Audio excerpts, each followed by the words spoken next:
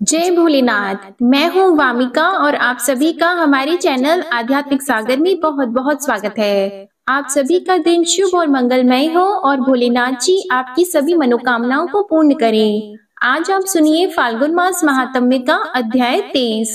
श्री मार्कंडेय जी धर्मराज युधिष्ठिर से कहते हैं, हे युधिष्ठिर, सप्त सारस्वत नाम से प्रसिद्ध एक गंधर्व था जो भगवान शिव के सुयश का गान किया करता था। वह गाने बजाने की विद्या में बड़ा निपुण था, परंतु कुछ काल के बाद उसे मदिरा पीने की लत पड़ गई और वह उसी में अचेत रहा करता था।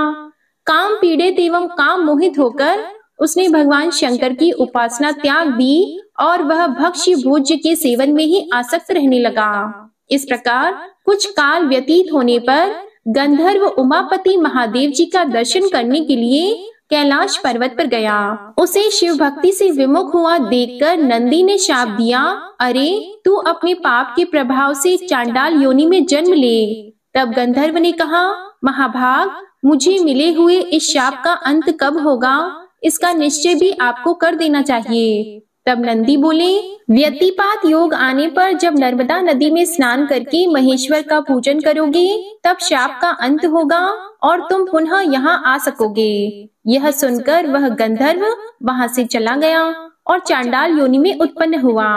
उस योनि में भी उसे अपने पूर्व जन्म का स्मरण बना रहा और वह तीर्थ यात्रा के प्रसंग से पर्वत, वन और काननों सहित संपूर्ण पृथ्वी पर विचरण करने लगा। देव योग से नर्मदा के तट पर आया।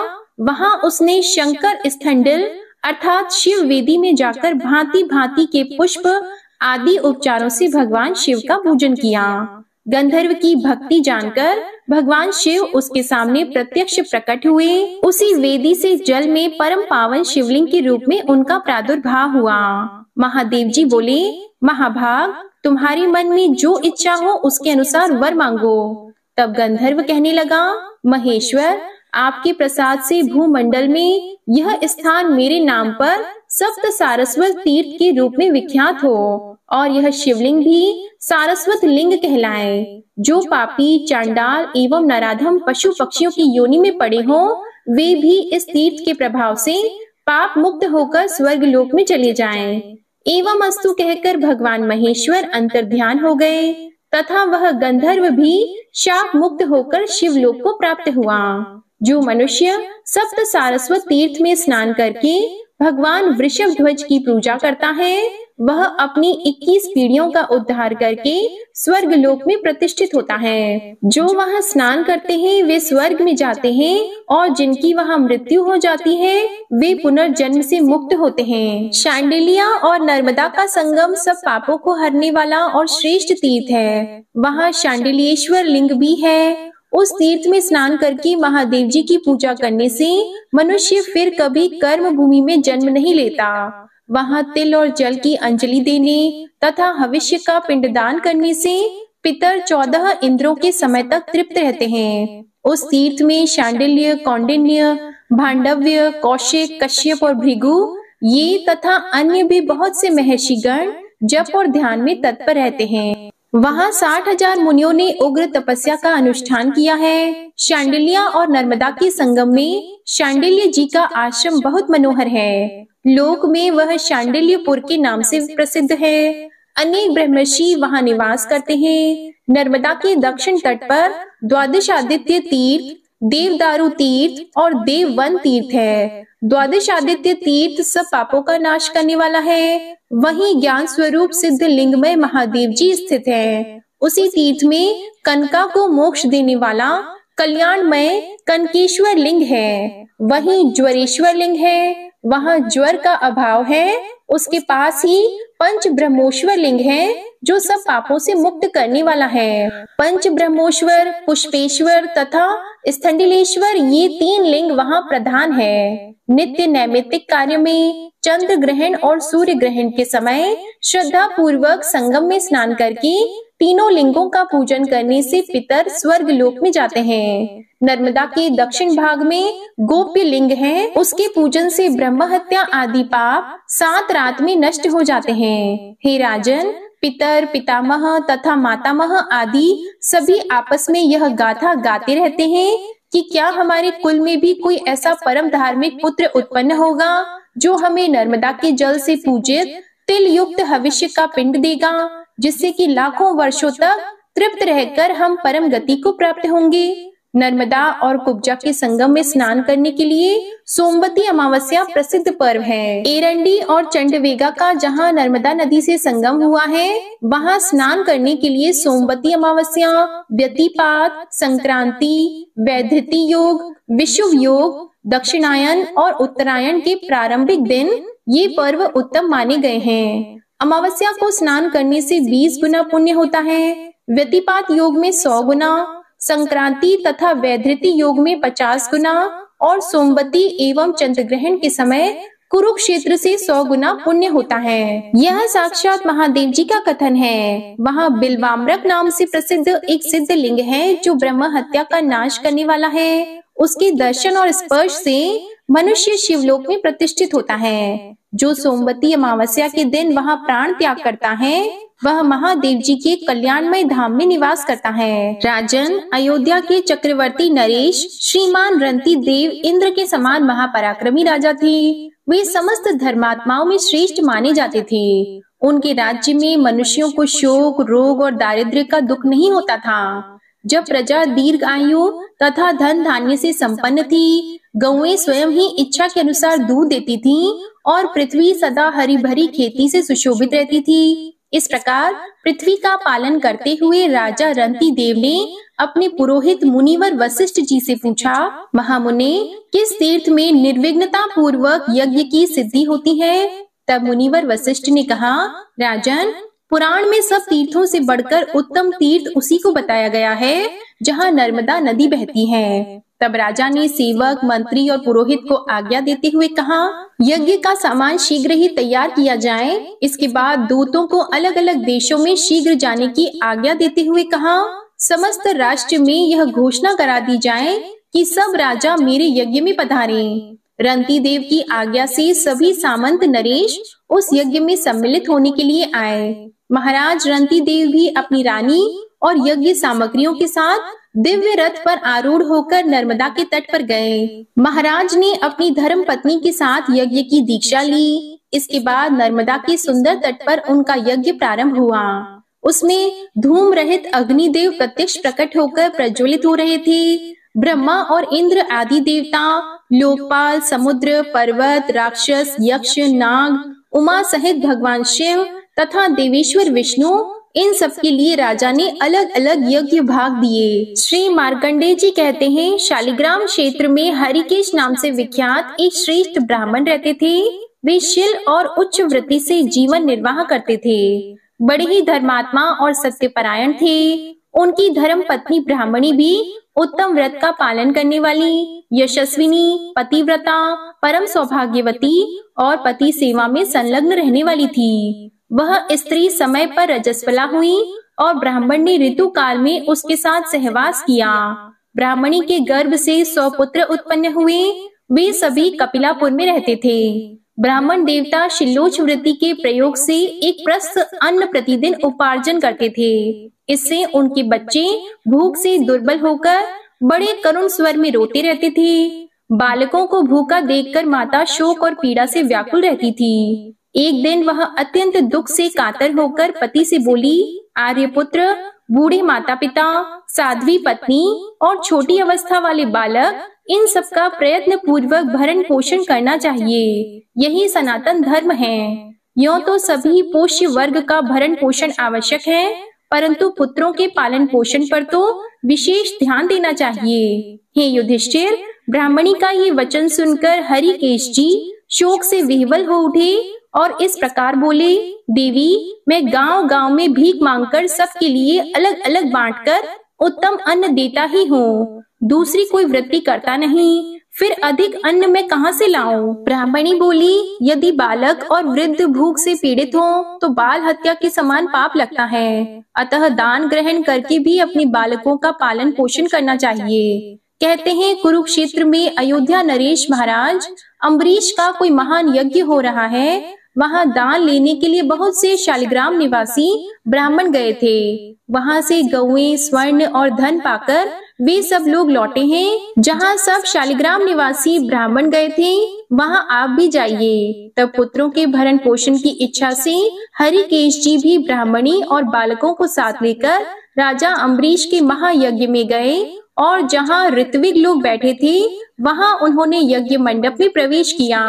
महाराज अम्बरीश ने उन श्रेष्ठ ब्राह्मणों को देखकर मस्तक झुकाया और अर्घपाद्य के द्वारा उन सबका पूजन किया।